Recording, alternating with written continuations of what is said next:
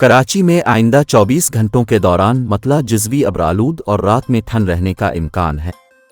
महकमा मौसमियात के मुताबिक गुज़िश्ता 24 घंटों के दौरान शहर का कम से कम दर्जा हरारत 17.5 डिग्री सेंटीग्रेड रिकॉर्ड किया गया है, जबकि आइंदा 24 घंटों में कम से कम दर्जा हरारत 12 से 14 डिग्री सेंटीग्रेड तक रहने का इम्कान है।